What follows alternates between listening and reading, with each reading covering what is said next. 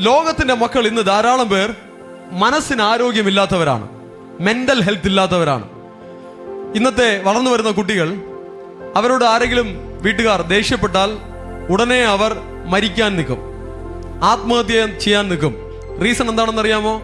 No mental health. Mental health ഇല്ല. വീട്ടുകാർ ആരെങ്കിലും വഴക്ക് പറഞ്ഞാൽ ആഹാരം കഴിക്കാതെ കിടന്നുറങ്ങും. എന്താ റീസൺ?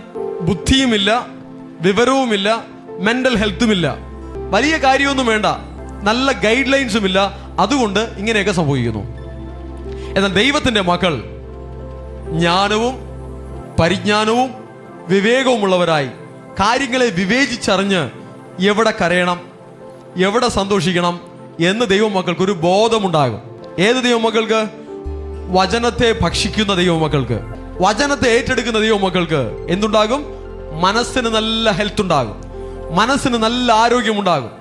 ചില ആളുകൾ മാനസികമായി തകർന്ന് ദൈവസന്നിധിയിൽ വരും. പോകുമ്പോൾ സന്തോഷത്തോടെ പോകും, ആരോഗ്യത്തോടെ പോകും.